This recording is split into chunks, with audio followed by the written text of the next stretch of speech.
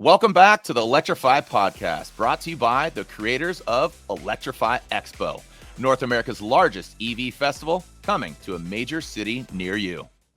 All right, joining us here, this gentleman I've known him for 25 years. This gentleman from the NA Honda world. Yep. He's a bit of a mad scientist. He's got a great accent, and I'm not going to butcher his last name because I always try and I fail.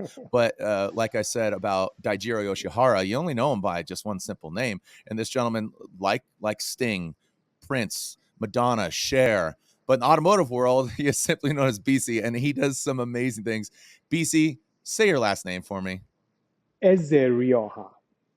It's easy. Yep. It's like Smith. It's so easy, you know. It just rolls up. It is a beautiful last name, but that's why I speak American, dude. I don't speak English. I'm just gonna butcher that thing up. But you're such a beautiful human being. You've always just had such a great electricity about you. No pun intended. See what I did there?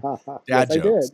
And you're here in Southern California, as am I. But your evolution of getting to where you're at, and for those that are just listening, BC's wearing a Pure All hat, which is about lubrication. He's wearing a shirt that has the gas icon versus a lightning bolt. So it's basically ICE versus EV. And I'm just going to go right into it. Where do you stand, BC?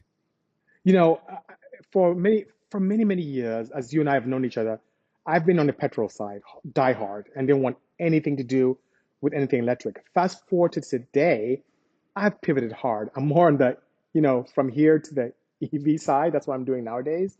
So even in my facility here, 90% of the cars in-house are electric. And that gives you a little bit of a sense of where I am today and where we're going. Yeah, and you say, where are we going? Where are we going? I mean, because some people will be like, you're crazy. How are you hot rodding Porsches to make them EV? You're bastardizing the car, man. What are you doing? You're messing it up. Absolutely not. And I understand because a short 5-6 years ago, I was right there. I didn't want anything to do with electrification whatsoever. But think about it. When it comes to performance, God, I cannot. My experience has been absolutely. Let me take a step back. I am an enthusiast even before being an engineer or builder. I just love having fun with cars and going fast. And I can't shake a stick at the torque and acceleration that I experience with EVs. Recently I picked up a Plaid, and I talk about this a lot, and that Tesla Model S Plaid is amazing. Back in the day when you and I used to, do some sport compact drag racing, for me to build a competitive low 9-second car, I was spending north of $100,000. And it was, petrol burning or alcohol burning. You couldn't drive it anywhere. It was a struggle to get to the line because you're running huge camshafts, big cross-sectional area, head work. It was just a lot to just drive the thing to the line. Fast forward to today, I picked up a Plaid, which is more cost-effective than what I used to build as a race car, is a street car, a sedan, 4 tires, street tires, and runs low 9s, stock. Yeah. I mean, it's ridiculous. So it's not a bad thing. It's not about bastardization. It's about moving forward. It's like I see it as the new era of hot rodding. And you think back to the 60s when people were having a blast hot rodding, it's like we're back in that time frame nowadays. It's a great time to be alive. It's a great time to be in automotive culture, based on my experience. And for anybody that doesn't know you, your background is just about that engineering. You're this mad scientist that has made the jump from your native country over here, and again, that beautiful accent that people know you for, but they know you for your beautiful vehicles. We talk about the Honda and the sport compact world, taking this 1.5 NA Honda CRX. It was I think a HF, right? I think it was an HF model. It wasn't an SI. Excellent memory. Yeah, you have excellent memory. I don't know about excellent. Just certain things just stick out in my head. And you've done such a good job of not only building your brand, but really elevating the aftermarket world. I really love what you're saying there about hot rodding. But talk about your lineage briefly and kind of getting to where you're at now, because people really know you for obviously Porsches more often than not. Something even like the Moby X, which what a beautiful, cool car. And that is ICE, but your EV Porsche is kind of what a lot of people know you for, but creating that evolution, Rod Chong's 935X project, all these certain things. But you started out in school and now you're applying it. What do you have a degree in? Or you're a doctor, aren't you? I would love to say that, not quite yet. I am a chemical engineer. God. So you think about, wait a minute, chemical engineering, automotive, and now electrical, what is going on there? But Mhm. there is a method to the madness. I come up from a family of scientists. My parents are just brilliant scientists. My mom's a wonderful biochemist. My father's a geologist and has his doctorate, so I need to catch up. But long story short, I came to the United States to kind of follow in their footsteps. They understood that even though coming from West Africa, Nigeria is where we're from, as much as we have this thirst for knowledge, we just didn't have the technology back home. So both my parents came here to the United States to study their curriculum. And when I was in Nigeria, I was one of those weird students that really did my best to excel. Unbeknownst to a lot of people, Jarod, I really didn't graduate high school. I took classes very early on, and I skipped quite a few grades and skipped into university. So I was 15 years old studying petrochemical engineering because that was my passion. I love physics, I love chemistry, and I felt petrochemical engineering was the way to go, especially the fact that my region was known for crude oil and oil reserves. So it'd be a good industry to get into. But on the same token, my passion was always cars. My first word as a child was car, believe it or not. My second word, strangely, Jarod, was light, which is very peculiar, right? I am not making this up. My parents can attest to it. I don't remember it, but that's what they share with me. Well, I digress. Coming to America, had the opportunity to continue my curriculum in chemical engineering. And the entire time I was in school, because I couldn't afford to maintain my CRX, which I bought as a student car, my HF, which is ideal for high performance, high fuel efficiency. So it's a perfect student car, no air conditioning, no radio, roll down windows, very lightweight, got almost 50 miles per gallon. It was really amazing, an amazing feat from American Honda or Honda Japan, nonetheless. So it was a really good car, but I couldn't afford to take it to a dealership. So I had to learn how to maintain the car.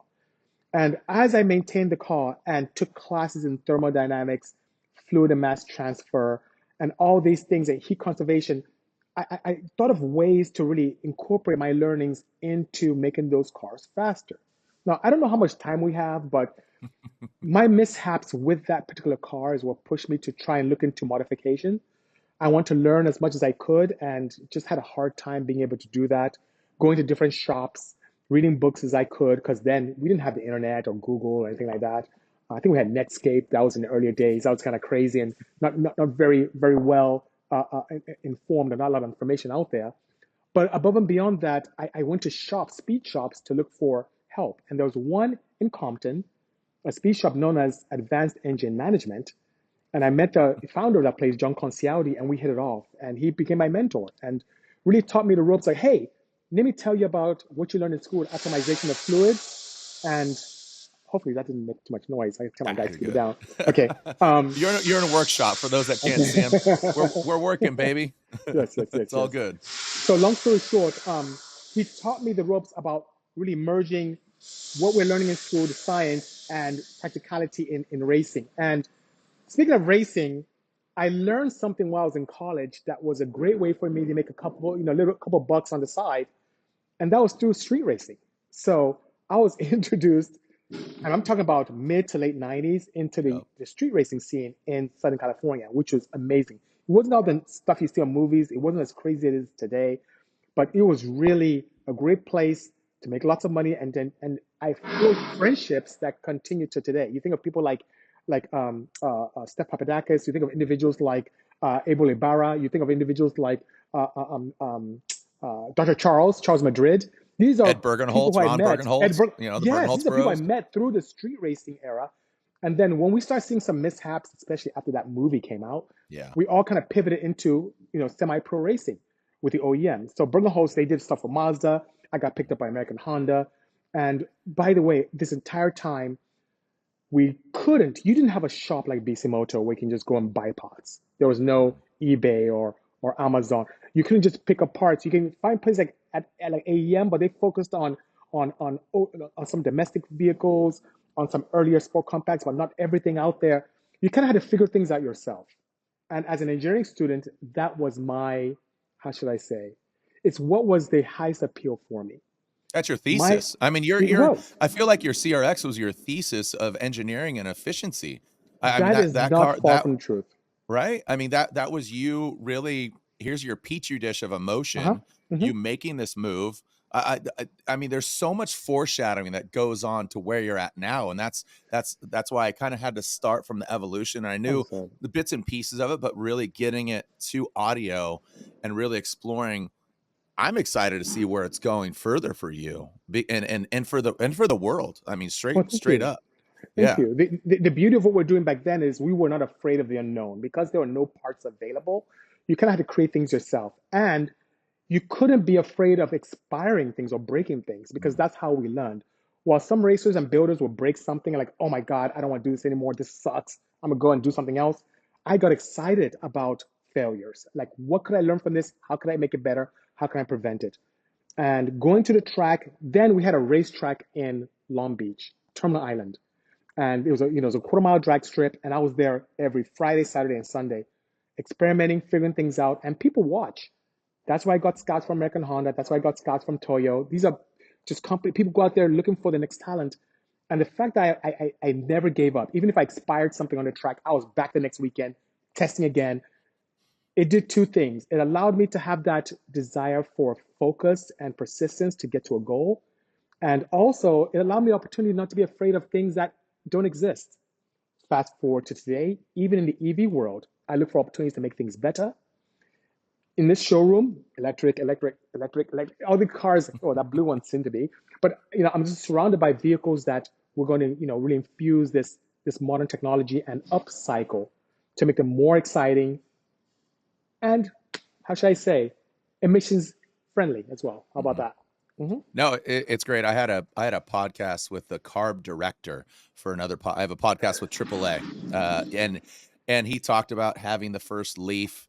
He talked about maybe it being a little frustrating, and most recently, Ford Jim Farley has said the infrastructure isn't exactly all it's cracked up to be. So we still have some learning process to go, Of and it's not course. just building the cars; it's the Right. accessibility and that evolution, right? Um, Absolutely. I golf a lot, BC, and I something my buddy Casey Loom, he was a pro at Calabasas Country Club, and he said something that kind of resonates, and maybe this does with you. You said talk about expiring or breaking things, and you didn't Right. get frustrated. My buddy Casey hitting golf and learning that, and it's his process, right? He says, "Don't get frustrated, get fascinated." Amen. Right? How Amen. poetic is that? Because you Of can look at it and be course. like, "Oh gosh darn it, we blew it up." But there's such a learning process there, and Absolutely. it's just talking about just being a hot rodder or being a golfer or being an artist in general, because at the end of the day, you're an engineer and as well as you're an artist, because if you just made it looking like a doorstop, Right. making it look like a Hodor, a joke there, a Game of Thrones joke. But early on with hybrids and then eventually EVs, and it's cool to see. Hyundai came out with that crazy looking concept Absolutely. vehicle. Yep. You see the Really Mach cool. E 1400, but you Hmm. see what you do. So you want to make it aesthetically pleasing Of as well course. as uh, emotionally pleasing, right? And Absolutely. I feel like that's where you're at with especially your maiden voyage into the EV world. Okay. Break down the story of how your first EV vehicle came to be. Sounds good. Now, I hope that the individuals watching this podcast don't get offended or listening to this podcast don't get offended, but I was really against anything electrified. I was like viciously against it. Any podium I had to voice my opinion, I took full advantage of it. I had customers who'd come here with their Teslas to look at their petrol projects, and they'll, hey, Bisi, come ride with me. This is cool. I'm like, I won't even sit in your car. I was an individual who used every format possible to talk about how those cars had no soul, how never experienced, never drove one. I was just saying this, I was just regurgitating what I heard from my clients or from my fans or from people I knew. Wow. I talked about how they had no soul, how they were for tree huggers and people with hemp sandals, and the government's trying to force it down our throats. This is horrible. I will never let go of my twin turbochargers or high compression NA setups. I'm never, no, no, this is, no. Well, again, it's going against kind of what your storyline, like you said, from Nigeria, talking about crude oil, talking about you being a lubricant. So, being yeah, right. Yeah, yes and no. I mean, I understood as a chemist, what I was spewing into the atmosphere with my high performance cars, and that's why throughout my entire career racing, I went above and beyond to try and use fuels that were more eco friendly. So even my race car was on ethanol. And I knew the burger host did that as well. I mean, we all had this mindset to really push something that was better for our environment while having fun. There was always that slight inherent guilt that I experienced, and I worked hardly, very hard, even making my own fuels that I got banned. That's a whole different story for another time. But I was trying to find ways to have cleaner ways of having fun. So that was there. But my experience didn't exist with anything performance EVs. What I heard was about the Leaf or the demise of the EV1 or people coming in with Teslas. Those cars are they status symbols? What's going on here? I had no interest. I loved my noise. I loved if you looked on my Instagram at the time, every other video was me shooting flames on my exhaust. That was me, diehard petrolhead. Yep. Until something happened. We built a car for Harman Kardon here at Bisimoto. Part of our business, for those who don't know, above and beyond building cars for privateers, we tend to build vehicles for organizations and some of the OEMs for auto shows as well. And so that was a good chunk of our revenue. And we got to a point where Hyundai, we mentioned earlier, turned us on to their partners from Harman Kardon. Harman Kardon wanted a vehicle to kind of be really hip and cool, appeal to youth market, and really showcase some of their newer wares in the automotive oral space or automotive sound space. So they commissioned us to build this beautiful Hyundai Tucson. And in normal BC fashion, we took this 190 horsepower Tucson, brand new, ripped it apart, went to manual transmission, built the engine, big turbo sticking out the hood, 700 horsepower, right? Thing was amazing. On bags, it looked so cool. Bisimoto blue, because I love blue. And it was just really a cool car. And then Harman came and they put in all the nice electronics in it. And it went fast, looked good, and sounded great. They launched this particular vehicle at CES in Las Vegas. For those of you who don't know what CES is the Consumer Electronics Show that happens every early January of every year. Typically in Vegas, people from all around the world come and show their wares when it comes to do with everything electronics and now automotive. Now, at the time, I thought consumer electronics were like televisions and radios and nothing to do with the cars. And I was a little bit, I'm not concerned, but confused about why Harman was there. But they do sound systems for the home, so it makes sense, whatever. We deliver this car, and they give us access, the team and I access to the convention center during CES. And I go there, and I was blown away. All of my partners, American Honda, Hyundai, Ford, companies I built cars for SEMA and otherwise, and auto shows, they were there. The teams there, I didn't even recognize who they were. And then the cars in the booth were so futuristic and forward-thinking, and they all were electric. And I'm like, wait a minute, this looks like way bigger budgets, way better than what we have done in the past. And I had a meeting with my team and said, if we need to remain relevant in this scene, I want to be able to continue to serve our OEM partners, whether I like it or not, I need to understand this technology. And I had no interest, but just to understand this and say, I can do this too, and keep my company going. Well, I had a project, I won't go into the grim details, but I had a project I was building for another partner of ours in the automotive aftermarket space. And that project fell through. And I already started building this 935 body tribute car, Kremer. And it was supposed to be twin turbo. And the shell was just sitting at the paint shop. And I said, you know what? In normal BC fashion, let me stir the pot. Let me create some controversy here. Let me take this K3 935 tribute and electrify it. And I know people want to hate. I don't care. I'm going to just do it and figure it out. It may be cool. We'll see what happens. Let me build something that's at least, it's going to suck, but at least let it look cool sucking. So let me just do it. Built the car. By the way, begrudgingly. I did not, Jarod, want to build this car. I hated every moment of it. It was so much wiring. It was just annoying. I looked to gurus in the field, like, hey, I've never done this before. And people would just give me all kind of mixed messages and point me down the wrong direction and selling me the wrong components. I had to turn to my friends in the OEM space, people from Karma and Canoe and Friday Future to even help me like understand and Hyundai as well, help me really understand the great way of doing it. And by the way, YouTube was my friend. So I went on and looked at what my peer engineers were doing in conversions.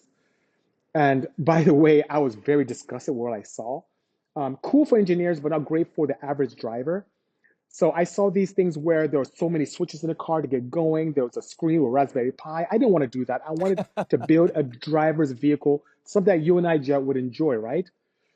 So I used components that I really sourced from my drag racing days, including my race pack PDM, that I use for drag racing. I use that to control everything, all the contactors and everything in my electric system, inverter turning on, you name it. And then built this thing here. And in the very back of the shop back there, I had the maiden voyage for the first time.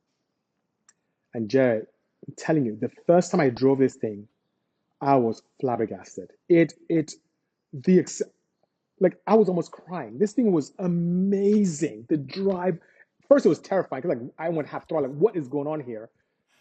And overnight, just from that first experience driving that Porsche 935 Tribute, changed my life entirely. And it was really surreal because you sit in this car, it smells like an old Porsche, it feels like an old Porsche. It has the beauty of a classic Group 5 race car, but then when you get on the throttle, it is unlike anything you've ever experienced in a Porsche. It is, and I can't explain it. All these clients here pretty much were like, shut up and take my money after they drove that car. It's just, it's a weird thing. And by the way, I love beautiful classic cars, but I'm not a fan of classic old technology. This is like and I've always, infused modern tech in my older cars. That M16 blue one right there, that is a Tribute M935, but it doesn't have an air-cooled power plant. It has a water-cooled twin-turbo Porsche power plant in it, right? And that's my way of putting newer technology in something ancient to make it even better. But this is the new, I should say, it's a new scene for me. It's the future to even take something that has even some great character and power and acceleration and put in a classic car. There's nothing like that. It doesn't drive like a Model 3. It doesn't drive like an old Porsche that leaks oil, has a hard time to start. It's like the best of both worlds. It has this amazing, Jared, I could go on forever. It has this No, amazing and it's good. wine. It's great. It's just a great You talked experience about indeed. spirit. So Yeah, and I think that's what you're really harnessing there. It's got this old body. right. It's technology. It's like they joke Walt Disney is cryogenically frozen. You got like a cryoed Porsche, man. You got Yeah, pretty much. the $1 million man. Hmm. Um, and you talk about this. So the Porsche that you built, that was your project. You exclusively wanted Yes. to do that.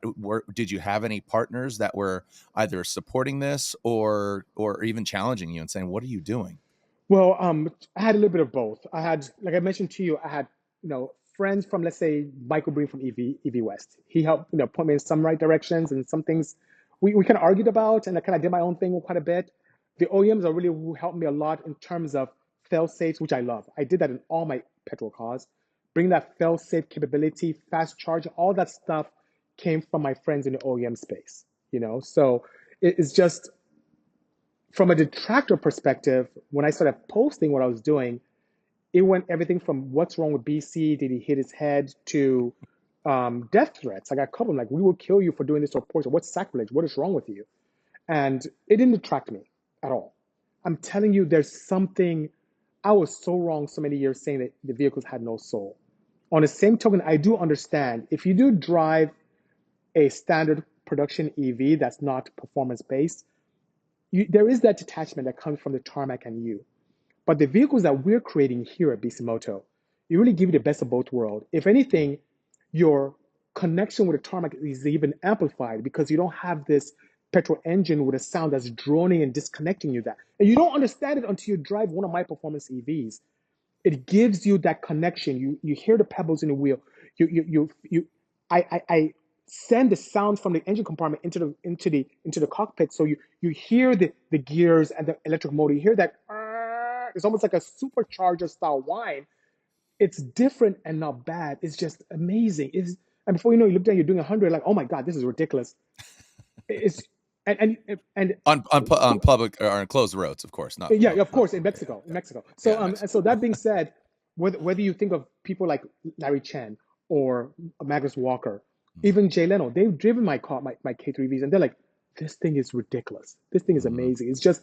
It's different, and it's also exciting. And for me to be on the forefront of technology, God, what else could I ask for? This is the, in my opinion, this is the best time to be alive as an enthusiast.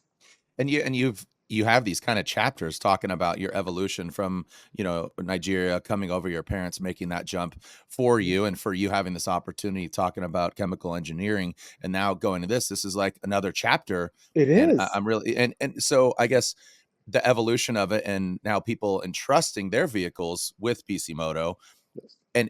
This is something that I always and people always talk about is that smell, that, obviously it being petrol, ice, whatever you want to call it, gas. Um, you talking about the vehicle's quietness. What other components have you now engineered to be refined because you are creating that soundtrack to this experience, which there's lack thereof? So, are you engineering sounds? Or is suspension needing to be quieter? Is suspension, you know what I mean? There's all these other components that are coming to life or being unearthed because it's not such a factor. So I bet the fitment and the fit and finish needs to be a little more refined. Otherwise, everybody talks about an old 911, the way the door closes. They like that sound. That's right. But now here So you we're, are in the EV Porsche. Well, have you refined? well, that's a great question. For one, we're not taking away the essence of the vehicle whatsoever. Okay, yes, you may not hear that air cooled sound in the background, but there is a different sound that I take much joy in, how should I say, propagating into the cockpit. So I don't do anything to dampen that sound. It's pretty cool. It sounds nice. It's amazing. One thing that we have to do is, of course, things, creaks and squeaks you typically wouldn't hear in a petrol car, you now have to address in these cars. There's a VW bus we just did recently. There's a slight axle like clunk, clunk, clunk. That is annoying. So we're not going to clearance things to make sure that doesn't happen. If this was a standard, flat four, you would never hear that because the flat four would just dampen that. So that's some of the things. Another thing is the driver experience. I'm sorry, pointing the wrong direction. This 930 right here, this vehicle was set up to receive its standard 930 power plant and gearbox. When I infuse my electric components into this car, it gives it more of a balanced opportunity. The integrated transaxle motor and also inverter exists more in the middle of the engine, or where I would say the transmission would exist before. So what that does, it kind of creates a vehicle that, if you left the suspension as is, doesn't invoke a lot of confidence when driving. It's just not set up properly that way. So we now have to re-engineer our valving and springs and suspension to give you that confidence when driving. That's very different from a very rear-heavy vehicle and closer to a balanced 50-50 vehicle. So it's like small things like that that allow you the opportunity to take your engineering expertise even further to make sure that your customers feel very good driving it. Then, something I take a lot of pride in as well is I don't want to make these vehicles extremely heavy. So we put in battery packs that hover in the 32 to 36 kilowatt hour range. For those of you who don't care about that kind of nomenclature, it means that if you're having a lot of fun driving these cars, you may get 100 to 150-mile range. Now you may say, okay, how is that even good? Well, I participate in rallies with my cars, and it's actually spectacular because I do put fast charging capabilities in all these cars, like you would from the OEMs. So if you're somewhere and you've depleted your battery completely, in 32 minutes, you can charge it up and you're good to go. So by the time you go and use the loo or go and get a coffee and come back, your vehicle's 100% charged and you're good to have some more fun. So what does that do for an enthusiast? You now have a vehicle that is similar, if not lighter than factory, is absolutely a blast to drive. And I'm going to talk about something else that a lot of my peers don't talk about, cost savings as well. Even though conversions can even get closer to, $80,000, $100,000 in terms of building, if you were to take this 930, which by the way, they don't make a lot of power from factory, Jarod, you know that. They may be close to 300, and that's it. If you want to build a classic Porsche to make 700 horsepower, you're easily dropping six figures. Easy. So imagine, and in California, it wouldn't be legal, just wouldn't be street legal. But imagine a world where you're spending less than that, upgrading to something that is blisteringly fast, zero emissions. You don't have to worry about smog, anything whatsoever, and it's just good for the environment in terms of not having any kind of emissions spewing out. It's a win-win, and there's little wonder that we have a 6 months to a year wait to get in here. Little wonder You, indeed. I mean, you elaborate so just you elaborate so emphatically, as well as you make it sound sexy, and It is. that's the way you kind of want it, right? So, um, you've just conjured up so many questions in my mind about this, and it's good. So because you talk about weight efficiency, you talk about Yes. weight displacement or kind of shifting. Distribution, So right? yeah, distribution. Thank you. And our Porsche engine builders like Workshop 5001, Marlin, are they like, dude, come on, man. So, I mean, there's some amazing Porsche engine builders. Has Patrick Long driven your car? Has Patrick driven Not your yet. And Porsche? I just saw him on Friday, but I went to RS recently and saw him there, Oh, and race he was busy service. talking Yep. to people, and I was talking to other people, and so we didn't get to. But Yeah. we greet each other, but we haven't spoken. I would like to Right. get him behind one of the wheel of mine. Yeah. I feel that he would appreciate it as Yeah. And so, okay. So now let's talk price tag. You said it there briefly. well. You talk about $100,000 price tag. What 6 months to a year waiting Yeah. list. Mhm. A lot of these are secondary cars. As you talk about, going on cruises, going on rallies, Right. going on these things. Let's talk numbers here. Horsepower, how much? What are we looking at? Like, say for instance, I had a 911, or Right. I'm seeing what else back there? Oh, 913. there's quite a few. There's a 914 here 996. came in. There's a classic long nose back there as well. The G body, ruby stone red G body. Yep. 930 here. That black one there is a center seat that we're converting as well. Center seat, Boxster, but with a Cayman hard top that's made of carbon fiber. We have a petrol one here that's kind of my go-to when racing, but I'm now creating the similar horsepower electric one right there. That one has a drive unit in it already. So yeah, we have quite a few varieties here. So it depends. To answer your question, something that is a low horsepower range using, let's say, a smaller drive unit, that can hover in the 40, 50, maybe 60 range, depending on what accoutrements the client wants. To the higher end, where you're making 650 horsepower, that can get close to 80,000 plus, thereabout. So that's kind of the range, depending on your power output and the, how should I say, comforts or creature comforts that Mhm. you want in the build as well. And I like what you said, fast charge. It's Mhm. always something. I mean, we're spoiled here in Southern California, the infrastructure, but I know that Matt Farah's talked about it, and a lot of the other guys have talked about going to Vegas and maybe getting Right. stranded. Mm. Obviously, quick charging isn't available for everybody. So that's something that is Zenith. So I'm sure you Yes, probably recommend that to I everybody. do. That's kind of, Every car, every conversion in this facility comes with the ability for fast charging, whether it's CCS or Chatamo. yeah.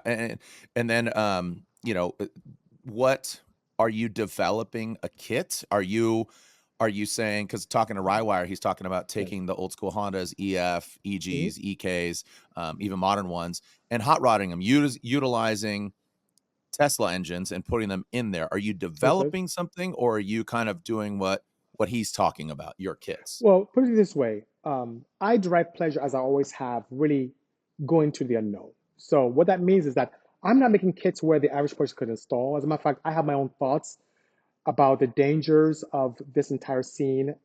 It's We're dealing, honestly, Jared, and I need to make this very clear to everyone watching or listening. We're dealing with 120, 400, 450, 800-volt systems.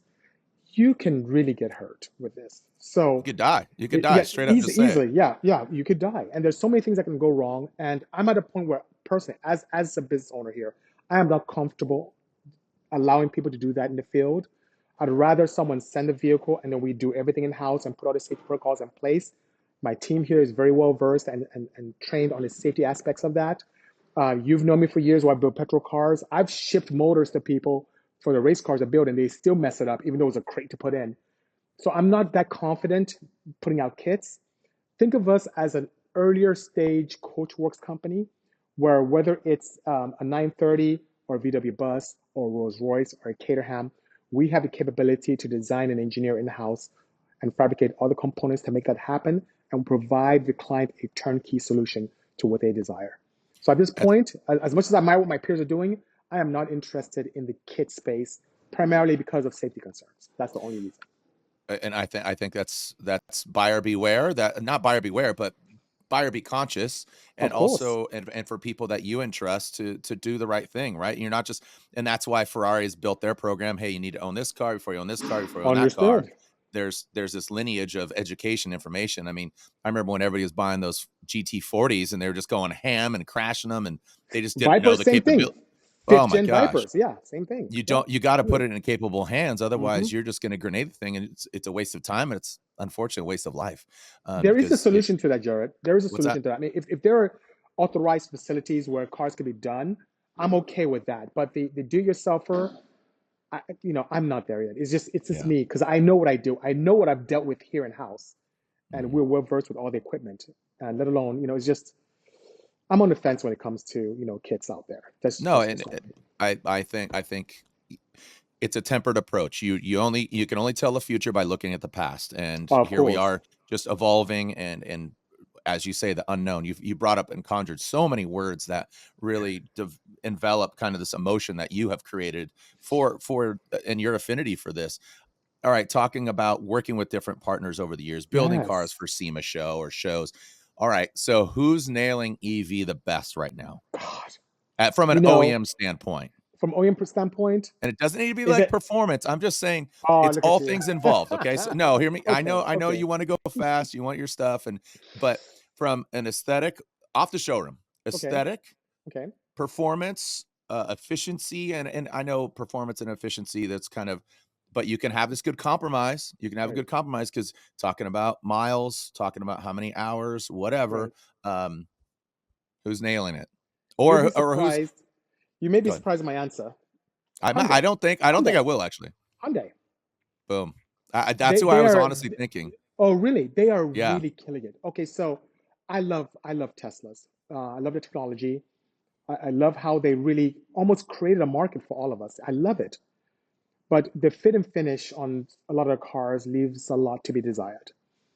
Hyundai, on the other hand, I have right front here. I have my Hyundai Kona, which is on bags and a box on top, in a box, and on some wrapped with some Toyota proxies, and just an amazing vehicle. God, I love that car. Anyway, you send that thing and it's well put together. It's a proper the fit and finish from when you look in the bottom where the spare tire would exist is painted to how the door closes to the dash to the materials. It's a nice looking car. And as a front wheel drive, it has some pep too. It gets up. It's a lot of fun. And then you look at some of their concept cars they have, or you look at the Ioniq 5N that's coming out very soon, already out.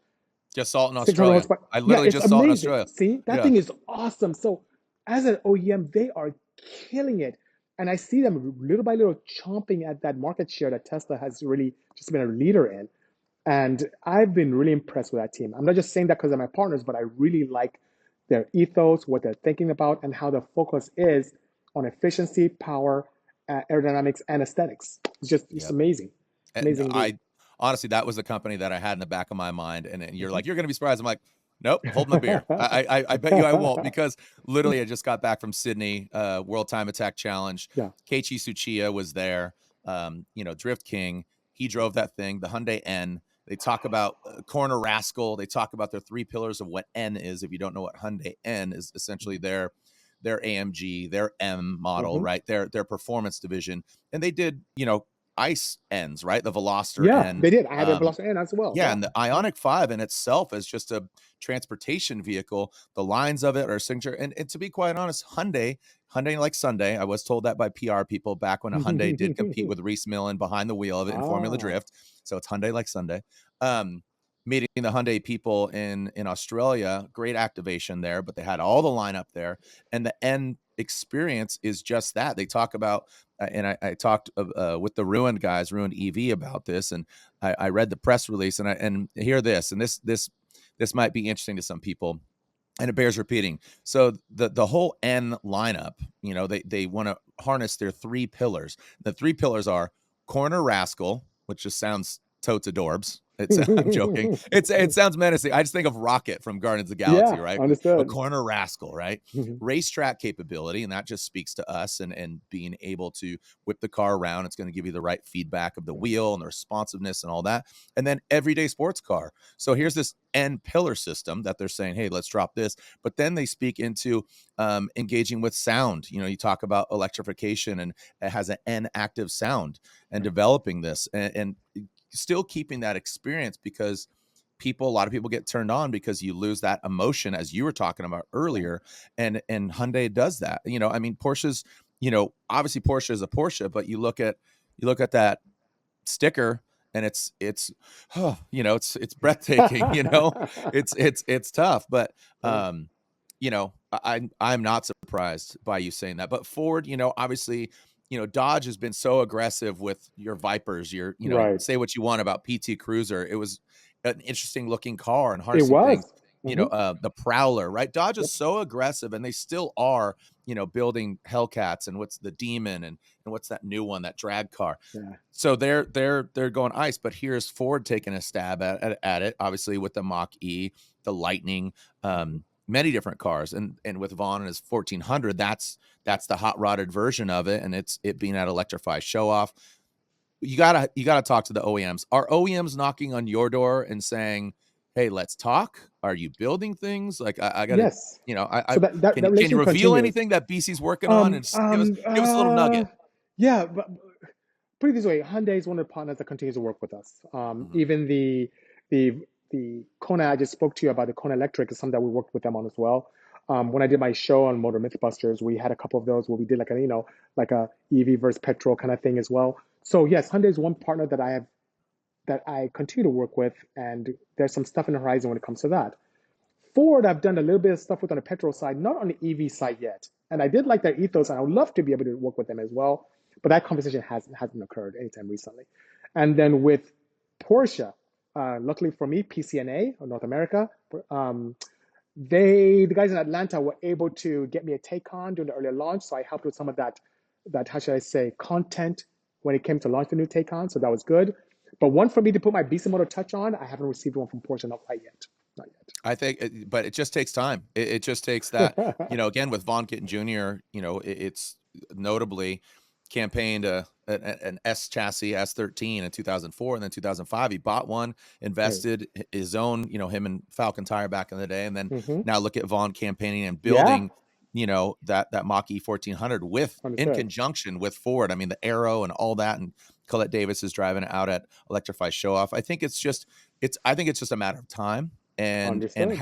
and understanding, just that you understanding the ethos of that company and working with them. And Right. I think you're on the right path, Thank and you.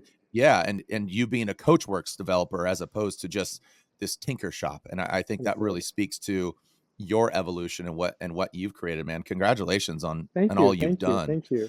I know you run Momo steering wheels in your rides. Oh I yeah. love that. Yeah, and that's what's interesting too, is that's such kind of, if it's prototypo or whatever Yeah. wheel you love. What is your favorite Momo steering wheel, by the way? The Pro Tipo, of course. I mean, Yeah. I have quite a few cars with a Model 80, but the Pro Tipo, it's so classic, has that racing heritage, and fits very well into my projects. From day one, from my Xerox days, I hated building cars that were just like humdrum. And I'm taking that same thing today. EVs don't have to be boring. Everything that comes out of our stable is going to be absolutely fantastic. There's another 935 Tree I'm building right now that's electrified as well. Above and beyond my Moby, which is ridiculous. That Moby X is just out of control. That thing is the size of my Dodge 3500 Dually. It's just this huge car. And it's electric as well, and it makes 650 horsepower. It's a blasted drive, but the only thing is kind of a lot of car to move around. So as we speak, in paint right now, I have a smaller version of the Moby, like a baby Moby, we're calling it, Baby X, thanks to Raj Chung from Race Rajang. Service. Yeah, he's so good at naming my cars. So the Yeah. Baby X is another one that's going to come out as well. So that is something that also is very exciting, very futuristic, but not taking away from the essence of that Group 5 build. That's what I create. That's what the team I create. We have a great team here and we do wonderful things. And the future is bright. It I mean is. that. It is. No pun And it's intended. electrified, man. It is Electrified, bright. You absolutely. talk about cars and light. That's where, you That's talk about yes. Baby X. I guess it's the BCX, because you That's talked about your yes. first words being car and light. This is, Absolutely. again, so much foreshadowing, beautiful storyteller, man. Thank you. What are there any other partners you kind of want to shout out, like Oh blatant yes, plug, yes, man? yes, Please. yes. By all means, you know, we talked about infrastructure, and even though I don't know if you have solar at home, but I do at home, and it helps me tremendously with my builds and charging things up to speed. But there are companies out there that are really dedicated to really assisting with infrastructure all around the country, if not the world. And Blink Charging is one of my partners based out in Miami. Great individuals. A lot of companies. You talk about Ford. We talk about. We didn't talk about them, but you have companies like Rivian. Everyone's starting to adapt this NACS, which is a kind of Tesla's charge port architecture, and they're dedicated to making this come to life. So it's really, really good. I love it indeed. Some people have been kind enough to not really punch me as I've pivoted. One of them is Ryan that we talked about from Rywire. Yeah. He's been with me from back in the day with my old wagon days. And as I went to EV, he didn't say, "What are you doing? What's wrong?" He actually supported me like, "BC, let's explore this. Let's see what's going on." So I appreciate that. My friends at Hyundai, they've been great, really pushing me on the right path and embracing what we're doing as a team to have a brighter, more eco-conscious future. The guys at SEMA, they've really tried a lot to Mhm. really try and push the envelope when it comes to performance EVs. And Electrify Expo, the team Electrify Expo, they and Electrify Show Off, they've just been great advocates with us, really helping with creating awareness, whether individuals were into EVs, EV curious, diehard petrol heads. They create an environment where people can learn, experience, and for me even, cars, right? Four wheels. I didn't care about EV e-bikes. Guess who got me on e-bikes? Electrify Expo. At my Mhm. first demo, like this is fun, and it's changed me. Now I have three at home. My family loves it. We're doing kind of. It's just so without that exposure, our education remains very small. Exposure Yeah. helps tremendously in opening our minds, and when we have individuals that are putting things together and Electrify Expo as an entity out there all around the country doing things. We just sent 4 cars to Seattle right now. So this weekend that's going to happen. We have more cars Yep. for Miami and Austin. It only allows me to grow as a business, but allows individuals who don't have much exposure to EV space that well needed interaction. Rising tide lifts all ships, and joining Amen. arms and working with your partners, not only just you, but just homies, right? And it feels Absolutely. so familiar. I mean, I feel with what you're doing, this feels applicably and the world's so much bigger now with social media. It's so beautiful to see everybody really mind share there because I've talked about this earlier. Being a geek or a nerd isn't a bad thing anymore. It's At more of all. like, right? Any It's like more? Did you say any more? well, no, I'm just saying, like, let's talk about when you're in high school for me, right? I'll be 45 this year. Yeah. It's like, oh, that dude's a geek or a nerd. You're like, oh, you're like kind of bummed. You're like, yeah, dude, you could be, a tattooed nerd or like a Honda geek or that. So I say it was synonymous with kind of being a dork or a dweeb or whatever. I call that the quad mentality. In high school, you Understood. have these quads and you have your different sectors of the jocks or the nerds or the Yeah. thespians or whatever. Now there's just such a good, beautiful fusion, and Understood. you can't be one exclusively. I mean, Of I have course. a 17-year-old and a 9-year-old, and look at their rapid pace of learning and Hmm. exposure. Of course. Somebody listening to this right now could have an aha moment listening to BC and saying, never thought about that. And Yes, this it's is it, true. because as you said, you're emphatically anti-EV, and here you are making a living and progressing and Yes, building and working and grinding and loving. And I think that's what's really important here is you're loving it, I am. and you're thirsty and hungry to share the knowledge as well Of as course. learn the knowledge. Am I correct? Yes, you are. And talking about that, being able to expand your horizons, you have companies like AEM that I mentioned earlier on, where Yep. JC was the one who helped me get into it. They're in the EV space. Companies like Holly, who's like overshadowing all these organizations like RacePack, joining me in this venture. My car is going with Toyo's rig. Toyo's a car company that was with me since or Toyo was a tire company that joined me since my drag race days. They're in Mhm. the EV space for me. We talked about Momo. Momo is known for old school racing Italian, heritage. yeah, yeah. Yeah, Italian. They're joining me in this space. They're helping Right. keep my occupants safe with their safety equipment and steering controls and stuff like that. So it's just, we are in a very amazing time where Yep. we have all these partners who are willing to take this leap and take this journey. And it's almost like the automotive culture is being reinvented. So you can go to any car show and you have EVs, performance EVs there, standard EVs, you have hot rodders, you have petrol cars, you have hybrids. It's a great time to be alive as an enthusiast. Just so much. And I the love it. best is yet to come. The best is yet to come. And are you a sneakerhead? Not Are you yet. not yet? Not yet. Oh, Not yet. well, yeah. I know Neil Chin over at Electrify Show Off. He's got both the show off Oh, of he's the hardcore. cars Yeah. and the heat on the feet. I mean, he's got chunky dunkies and what the Of dunks, and course. he's got some heat. What are we wearing right now? Some like Oh, sambas? I'm oh barefoot, no, no, so no. This is just some rubbish I oh wear in no. the shop because we get dirty here. We get a little dirty I here, know, So I'm wearing I some know, rubbish right? tennis shoes, but it's good. And that's what's funny is you think without, obviously, trans fluid, oof, stinky, you think, right? But your shop smells like squash air freshener all the time, right? I wish that was the case. Once again, we're still working on older chassis, right? So these Yeah. are still cars that most of them have some kind of, racing pedigree or some kind of historical significance. So we just sent one to paint. There's a 74 Rolls Royce we're working on. That thing was just disgusting, right? But when it's done, it's going to be absolutely beautiful. So it's not all nice, clean fingernails now, not quite Mhm. yet. But yeah, it's fun. We're just having a blast. How about that? I'm just thinking about one last question. Who else Sure. in kind of your EV hot rod space is doing well? You shouted out Rywire, his development of the Yes. kit, Yes. but somebody that comes to my mind is like John Reed over at Icon 4x4. He Yeah. built an EV. Oh, Was it he's DeSoto good. or He's something? good. Yeah, Yeah, and he's good. he's just kind of talk about a Coachworks company taking the FJ, building his own car, Thrift Masters, Right. building an EV, big body. I think it was a Buick or a Dodge. I can't even remember. Understood. But Mhm. anybody else that stand out in your mind? Yes, yes. I like what the guys at Electric GT are doing. Brock and his team are doing some really cool things, creating this crate motor, and they're almost, how should I say, easing the pain for diehard petrol heads to get into the EV space. Mhm. So their kits look very familiar. So if you're trying to convert an old school Bel Air and you get an electric GT kit, it kind of looks like a V8. So that kind of eases the burn. I don't care. I'm just rip it out, make it. I don't. I like to embrace the original looks of electric motor, whether it's a Tesla drive unit or something from Cascadia or Hyperknight. I like to embrace how it looks, even if it looks like a flux capacitor. Let's embrace that, right? But Broccoli's team are doing a good job making it easy and really, really nice and understandable by those individuals who are a little bit stubborn but are curious. Then Mhm. there's another company, Revolt, in Southern California. Eddie and his team, wow, they really have done a great job in taking components that are ubiquitous and adding their own engineering spin to it and pushing it forward. And one thing I noticed, and I have to share this, and this is another thing that makes this environment very appealing to me.